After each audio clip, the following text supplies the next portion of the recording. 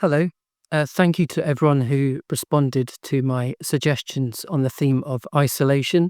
So I'm going to spend, I don't know, 10, 15 minutes talking about isolation through an autistic lens. It's something I've been thinking about recently, although having said that, isolation is a theme that's run throughout my 43 years on this planet, whether I've consciously thought about it or not. So I've got my crib sheet and my laptop in front of me.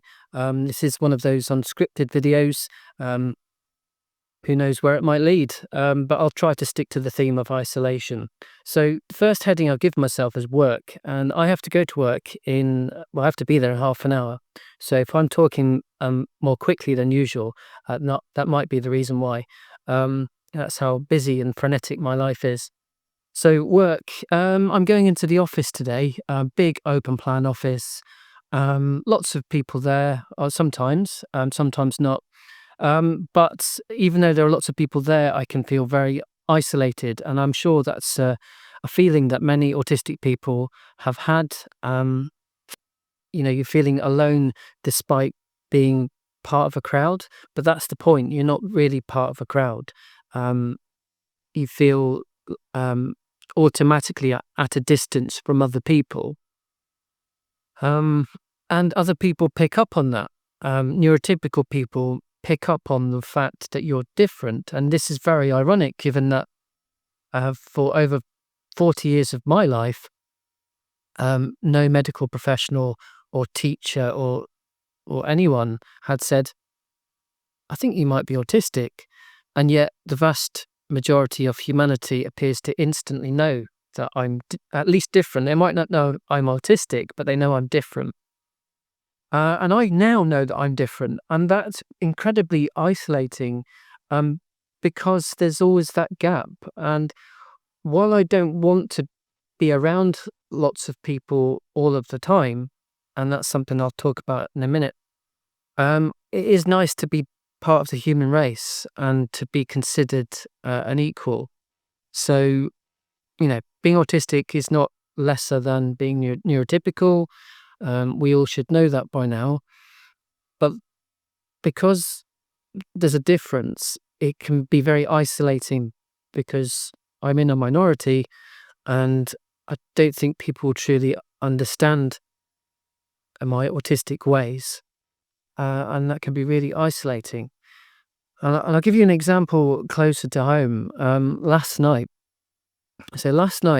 I went to see my daughter in a musical performance. There was a variety performance, loads of songs, children from the ages of 5 up to 17, performing solos, group songs, chorus songs. I don't know, and it was very enjoyable. My daughter was amazing. Um, But there were like 300 people in that theatre. There was the waiting, the hustle and bustle of the interval. I was exhausted. And when I got into the car afterwards, I sort of slumped on, by the window. And it was 11 o'clock. Well, getting towards 11 o'clock by this point, you know, 9 hours ago, 9.5 hours ago. So I was tired, and people were excitedly talking about the performance in the car, and I wasn't participating. I was like that, and that was interpreted as me not having enjoyed myself, or it seemed to me that that was the way it was being interpreted, and that I was complaining. I hadn't said a word. Um, I was exhausted because I'd been in a very sociable environment and sensory overload. I I can't filter noises. The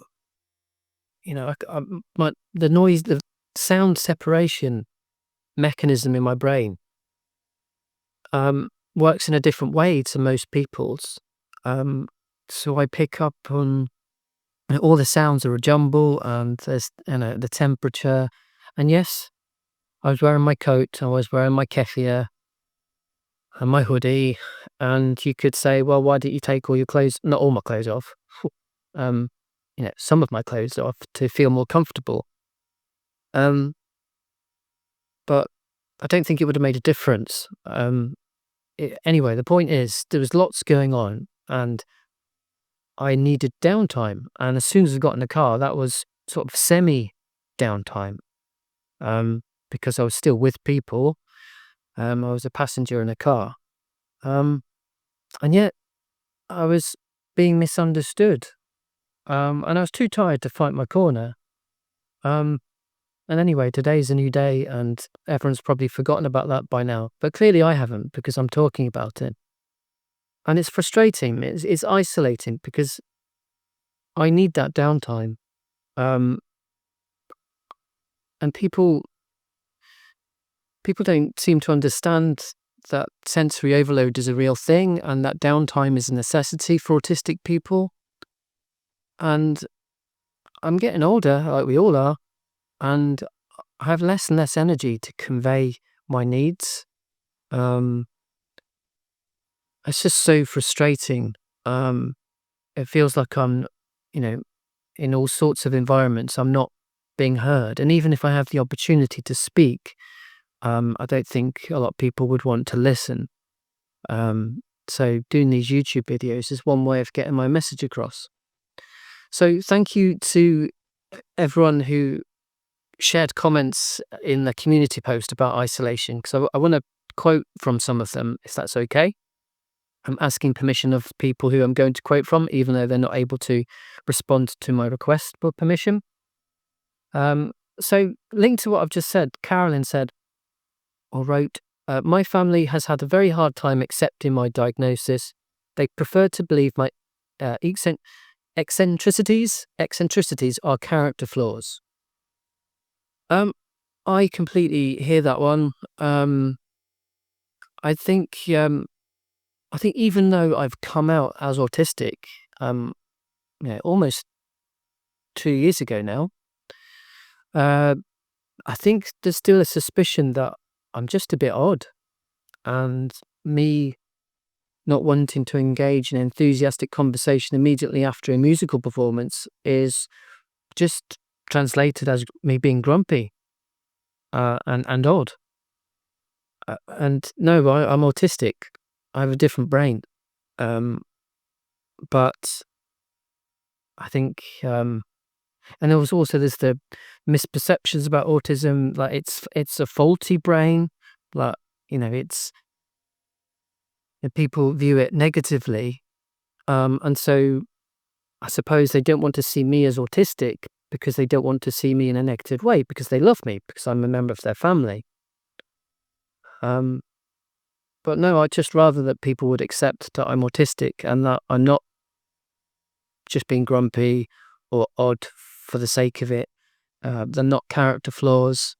If I monologue about a subject of interest, then feel privileged that I'm sharing a monologue, because that means that I like you, because usually I'm not comfortable enough to talk at length about a subject I'm interested in, because I've learned many, many times that most people don't want to know. So please don't think that I'm just eccentric, because, I'd rather you accepted, me for being autistic. Helen said, I remember feeling isolated in a room full of people many times when I was quite young. So I've spoken about feeling isolated as an adult, but yeah, I completely hear that one as well. I remember being at primary school in Aberdeen in Scotland in 1987. See, that's a very autistic preamble, isn't it? All that information. And I was at a new school, and I just remember this intense feeling of isolation. I was 5 years old. No one wanted to talk to me and play with me. I, I sort of sat on the edge of the playground, and I just didn't understand why people, children, fellow kids. There's a Steve Buscemi meme about that, isn't there? I've got to edit that in now. Yeah. Hey, fellow kids. Um, no one responded. So, and obviously I didn't know I was autistic. Didn't know I am autistic until I was 40. Um, so yeah, I'm with Helen on that. Feeling isolated in a room full of people when I was a kid, and still to this day as an adult. Um, so Scary Goth Girl said, "It seems that people know there is something off about me before even talking to me. It feels like people don't want to speak to me. The more I have unmasked, the more I have become visibly other. I don't want to have to mask to make friends because I want them to know the real me." Absolutely. Um, yeah, really, really, really agree with that. Empathize with that. So two things there. People feeling that there's something, or knowing that there's something off. They just know that there's something not quite right about me.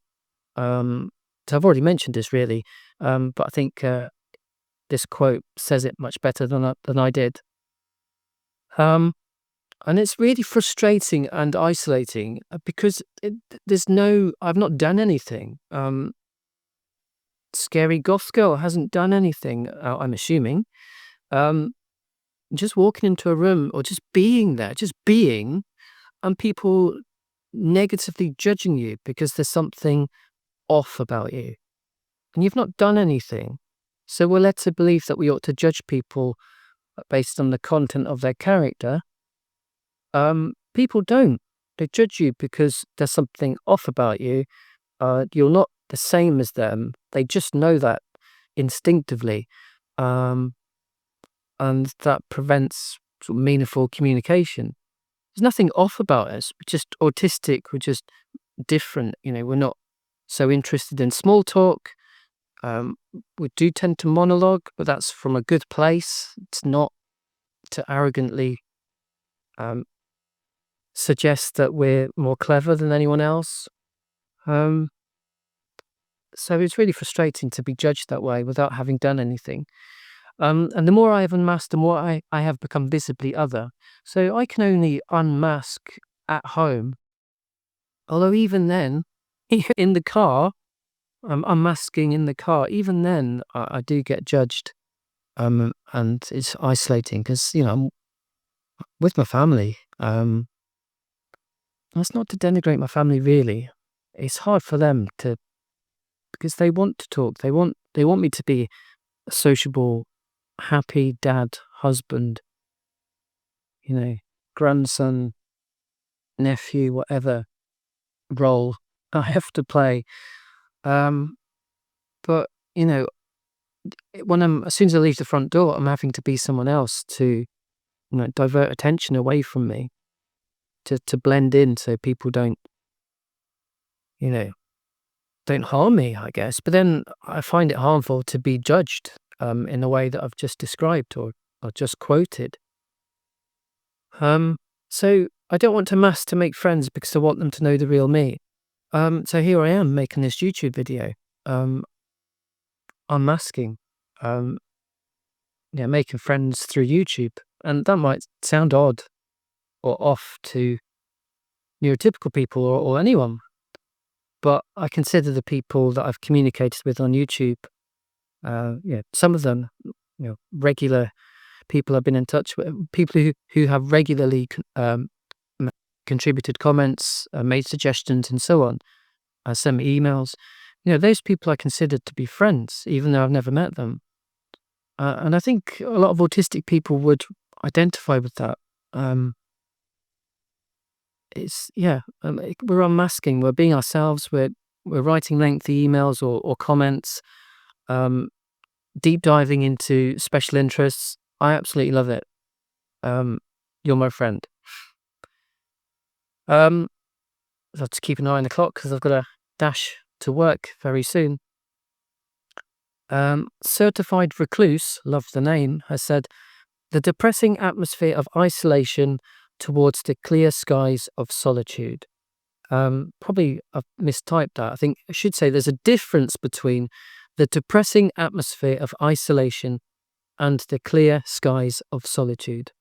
I think that's a really wonderful way of making the distinction between that negative feeling of isolation, feeling like you're set apart from humanity, and solitude, which is, um, a self-selecting state of being happily alone.